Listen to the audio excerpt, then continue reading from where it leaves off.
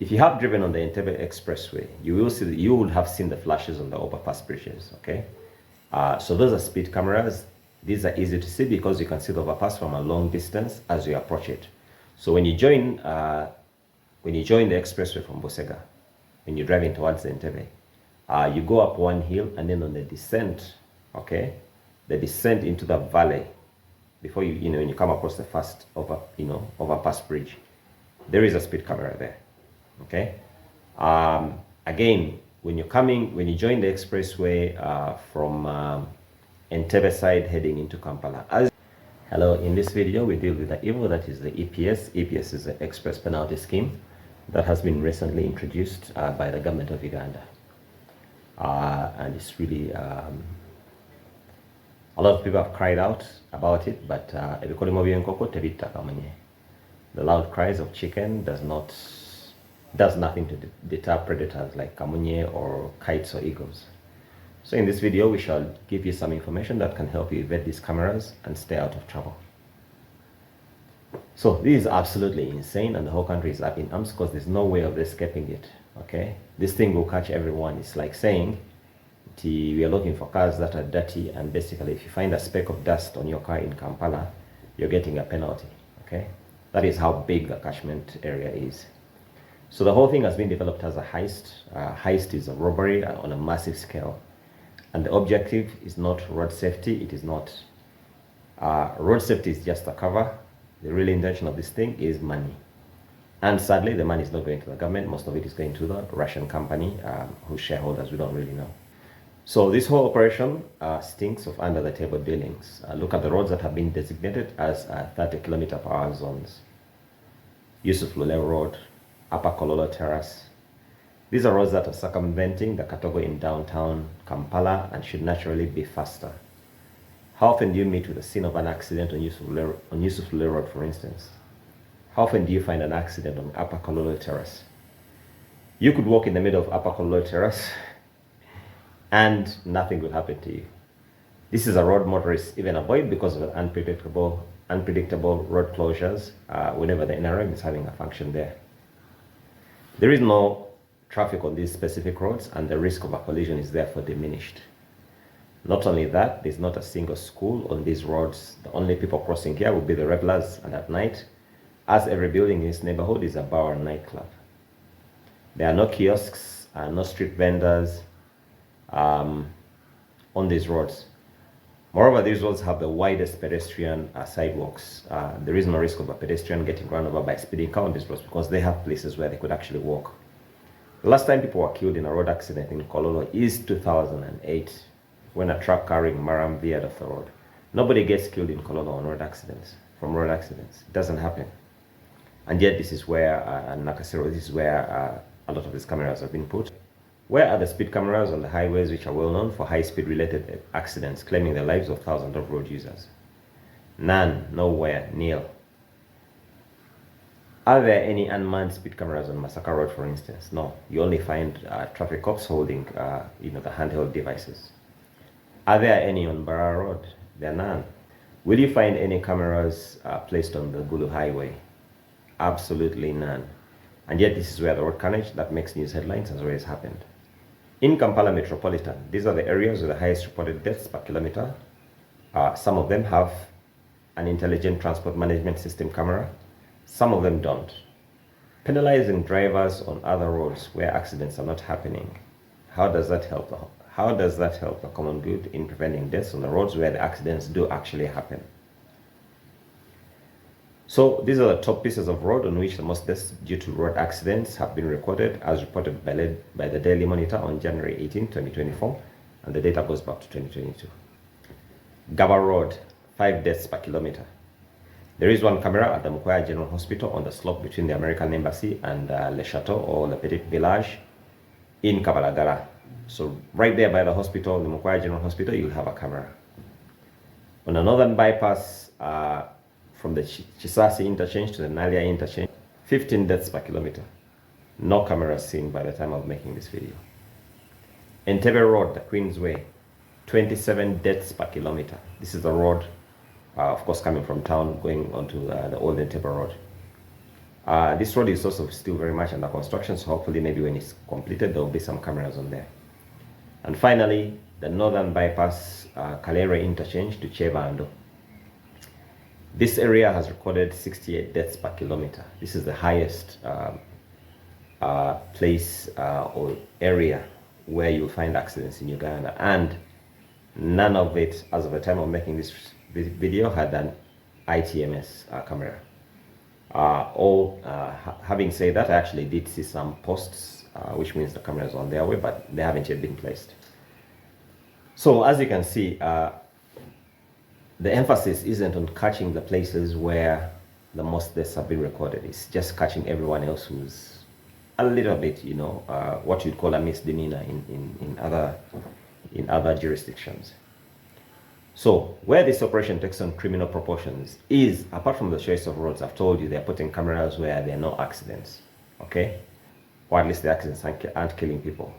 It is the way the cameras have been concealed deliberately. This is just unbelievable, okay? So cameras are hidden under tree branches so that you do not see them when you're approaching. And KCCA is no longer trimming tree branches which are hanging dangerously into the road. They're reducing the visibility of the drivers, but can also become a hazard, especially during in bad weather. So if the government is serious, place the cameras in clear view of the road users and do not use tree branches which are actually obstructing drivers. You know, put the cameras where they can be seen. KCCA should do your job. Trim the branches which are concealing the cameras. KCCA, Lord Mayor, and Hajat Tibuzeki. Trim the branches which are concealing the speed cameras. Another dimension of this evil scheme is in the specific limits which are specified. No one needs to tell you to drive at below 30 kilometers per hour on many of Kampala's roads. The vast majority of roads are either too clogged or too potholed. Okay, so either way you are going to be crawling at 5 kilometers per hour on any of them. So the most direct routes across the city are the ones which are actually most clogged. And again, no accidents are reported on these roads because everybody is actually driving slowly. These are roads that have so many cars and so many pedestrians crossing, but no one is getting killed on these roads.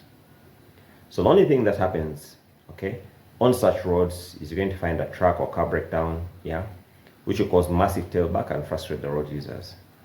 So in order for you to avoid the frustration as a driver, to avoid the total standstill in the city, traffic planners must provide roads that go around the potential gridlock.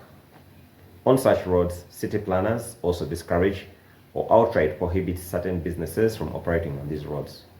Yusuf Lule, the new Kampala flyover on the Mukwano Road, Lugogo bypass, Northern bypass, okay? Look at the purpose of these roads.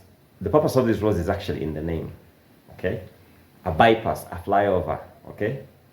And bypass means bypass the city gridlock, bypass the traffic, okay? That's what it means. Flyover means fly over the mess below.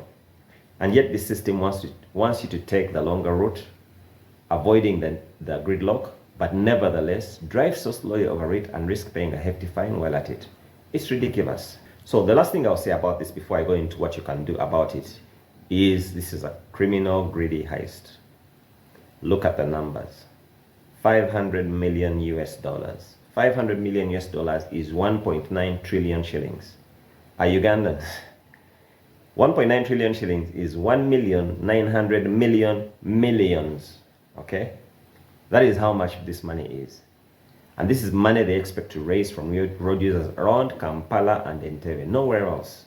Okay? Because nowhere else have they planted these cameras. Okay? There are no traffic lights or cameras, speed cameras, anywhere else in the country. Okay? So this brand is supposed to be borne by drivers around Kampala.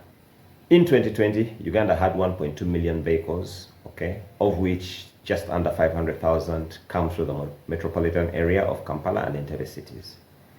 And now in 2025, that figure could be up to maybe 600,000.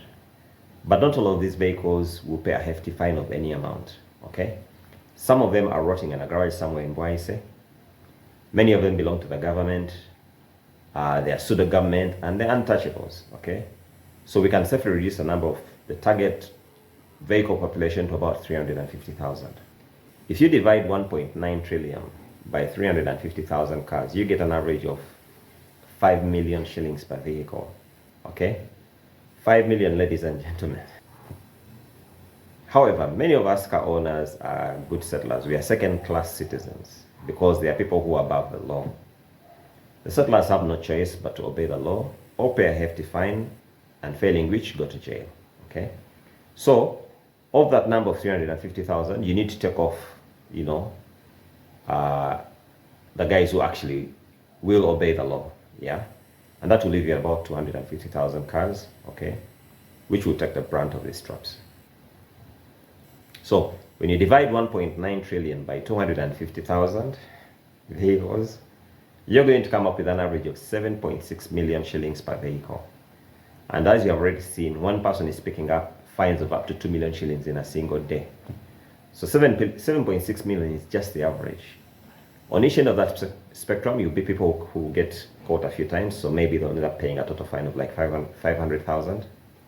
And on the other end of that spectrum, you'll have people, okay, the legends who can't help themselves but, step on the throttle. These are guys who are going to pick up fines of exceeding 20 million shillings, okay? This is more than the value of their cars. So, now that you know how bad things can get, let me turn to a couple of tips that might help you avoid this criminal enterprise. So the violations, just to go through the violations which are being targeted by this scheme, they include the following. Driving through a red light is number one. Turning through a red light is number two. It's just really the same thing, even if you're turning off the road, but, still the red light. Stop line violations is 3, and speed limit violations is 4.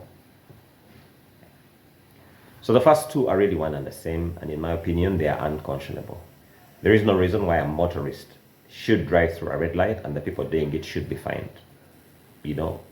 Personally, I agree, and it's criminal, it's dangerous, and people shouldn't do it, okay? And a system like this should catch them.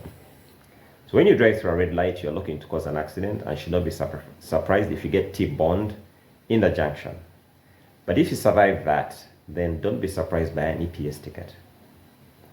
When it comes to stop line violations, this is quite different. Ordinarily, this should be easy to avoid, okay? Because there's a white line in the road, okay, that you should not cross. Unfortunately, this is Uganda, and it's not always possible to be avoided. The reason is, again, that this is really a criminal undertaking. So there are places where the placement of traffic lights makes it difficult for you to see the light, especially when you're driving a sedan, and the vehicle ahead of you stands much higher, such as a heavy truck or a bus or even an SUV. You're not going to actually see the light. So you're going to be following. When it goes green, you start following, and then before you know it, the light is red and you're caught. When it comes to turning on a red light violation, this is when let's say you're going straight, you come at a junction and you're trying to turn left. The placement of the lights and the white stop line painted on the road are not aligned, okay? So in other words, you stop on the white line, but now you're facing that way, but the light is here, so you actually can't see it. You cannot see the light while parked at the stop line. In fact, it appears in some cases as if the person turning off to the left is allowed to go because there is no white line and there is no red light, okay, facing them. So it looks like they can go. And many times when I'm stopped at the white line, the cars behind me are hooting. They're trying to get me out of the way, like I'm sitting there like an idiot. So what makes these violations at the traffic lights even worse, and retired AIGP, Assistant Inspector General of Police, Asan Kasinje, the person who has sat in highest office in law enforcement, has actually commented on this. We still have policemen and policewomen who are directing traffic at working traffic lights. They stop cars which have a green signal and move those who have a red stop signal. So as the retired Afande says, if you drive through a red light, what will happen? The EPS will send you a ticket and you'll not be able to bring the policeman who waved you through to testify. So take the advice of the retired AIGP, Tochkola.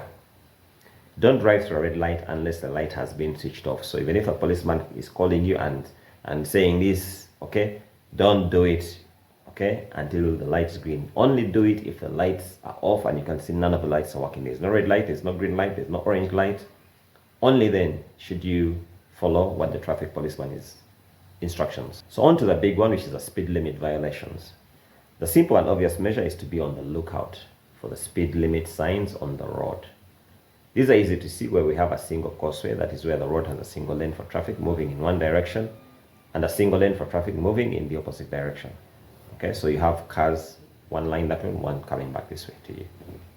When it comes to wider roads with two or more lanes for each direction of traffic, it becomes more difficult. The signs are short, okay, they are short, you can barely see them, okay. So the drivers in the near side lane, the near side is side near the curb or the pavement. So the drivers in that near side lane will probably see the sign, okay? But the driver in the offside lane, okay, will not see it, okay? And if you have a truck in the near side lane, you will not see the speed limit signpost, okay?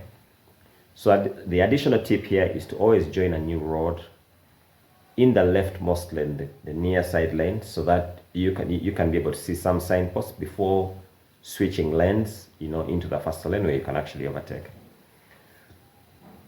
So, really, KCCA again, please place, I don't know if it's KCCA or it's Ministry of Works or whatever, please place, apart from cutting the branches which are concealing the cameras, you need to place extra signposts in the island that is separating traffic going the other way, where you have at your carriageway. Really, the final tip is to look out for the speed cameras. These cameras are not the ones at the traffic lights. They are not CCTV cameras. You need to know the difference, okay? So you have the CCTV cameras, the dome cameras, which are not at many junctions. You have those are CCTV cameras, okay? And you also have the cameras that are there to monitor the stop line or red light violation, and those are going to be mounted. You have a traffic light in the middle of the road up there. Then you have a small one which is just on the side road, so it'll be two cameras sitting on top of it. Those are the ones for the stop line violations. And some of them might be up on the traffic light, the stop line violations. But speed cameras are not going to be at the traffic lights, okay? They are not at the traffic lights. They have been placed under the trees and overpasses on the expressways. So I'm going to show you what they look like, okay? So speed cameras are mounted on an R.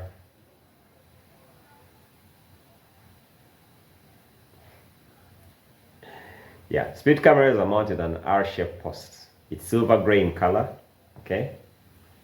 And we'll have a long camera as well as a flashlight to increase lighting in the night or under inclement weather. This is what they look like, okay? So this is not a speed camera. That is a CCTV camera.